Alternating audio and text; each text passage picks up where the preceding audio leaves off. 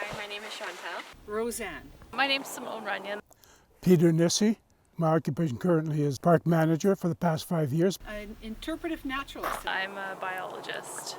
I'm the Education Program Coordinator for Allen Brooks Nature Centre. Allen Brooks is a nature centre in Vernon, BC, and it's our mission to connect people of all ages with nature. My mom's family was involved with the North Okanagan Naturalist Club in the early 70s when the decision to make this area a park. I've been hiking here since I was a kid. I now live right near Kal Park. I'm a board member of the Friends of Kalanalka Lake Provincial Park. Now it's just being a park user. I was the BC Parks park naturalist here from 1988 to year 2000. When I was walking in the park one day with my dog, a contractor that operates the park maintenance asked me if I would come work for him. And I said, I'll give it a try, for a year. So I signed up for the season, and that was 13 years ago. And I worked for him for 7 years. And then he lost the contract, and the new contractor approached me immediately, gave me a call, and he said, would you please stay on? So they offered me a pickup truck for maintenance and all the equipment that I needed to do the maintenance in the park. I think that Kal Park would look really different if we let nature fully run its course. Because 1 or 2 fires that get started every year in Kal Park. Humans have worked really hard to suppress fire, so I think that if we let nature take its course, we would see fire come back to the park. It gives a resurge of nutrients back into the ground, but it also allows small trees to grow. And over time, what would end up happening is we'd have more shrubs growing into the area, less bunch grass. I mean, you don't see it now because it's winter. And that would really change the way that ecosystems look. A lot of the plants that you see around are not from here, and if no humans were involved, they might not be here. So with that, we would see huge changes in the park. To change one thing about the park, it may be to make it bigger, but other than that, it would be more around the people and the community who use the park. Ensure that people who come to the park know about the nature of the park. And Kal Park is a very special place. It's unique and we're really lucky to have it. I would share that more with the community and try to really get people to appreciate that. So then it dawned on me that we should actually have some hosts here. So my suggestion is that through BC Parks, there's some funding that might become available. We have some hosts, and I would help train them, give them a history on the park, the wildlife, any new things that are happening here, also the maintenance of the park. So changing human uses of the park.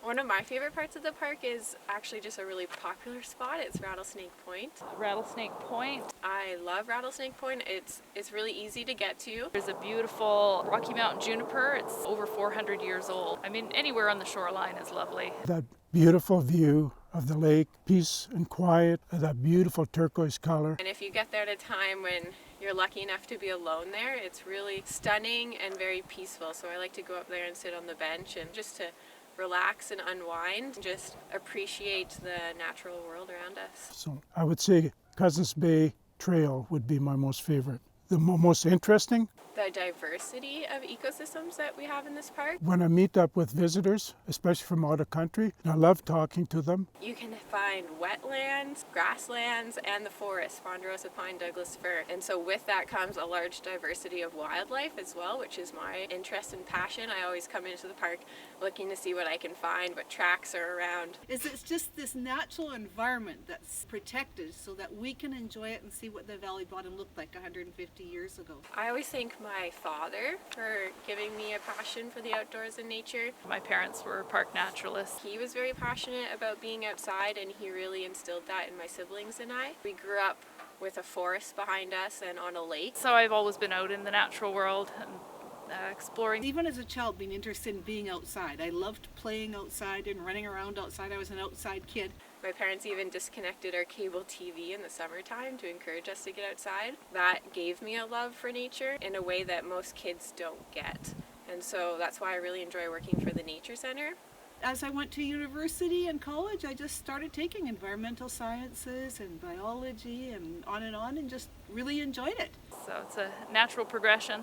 Typically when you set out into the park, what do you take? Well, I take my pack sack that I have and my poles, And so in there, I always take some snacks and something to drink. and try to take more than I think I'll need. Weather appropriate gear, hat, a notebook, binoculars. I have my phone with me always. I typically have my bear spray with me. I have a small first aid kit in there, things like that. Probably not going to need it, but it's good to have when you do. The mower, whatever is required, we come down with the truck. Obviously, we have garbage bags. We always have the pruners with us as well. Also a sawzall for cutting any bigger branches. Invasive species are species that are non-native species and spread and increase their numbers and push out the native species, causing some kind of environmental or economic harm.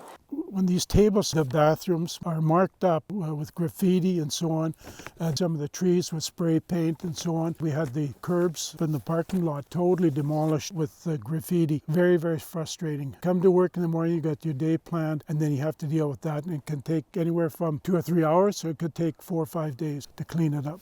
So that's the part that really bothers me, especially the tables, because people should have more respect for these beautiful tables. During the Second World War, the Vernon Army Camp used Cousins Bay in particular for mortar practice. So if you ever find anything that looks like a tin can with some fins, don't touch it.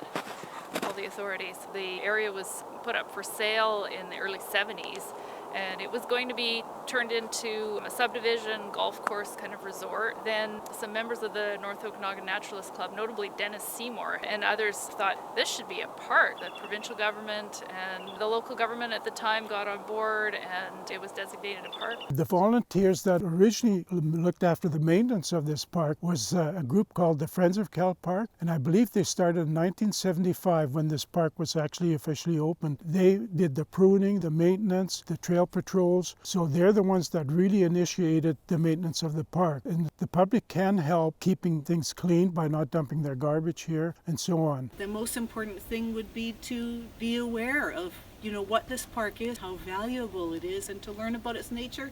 We don't need any more bike paths or even very few more hiking trails.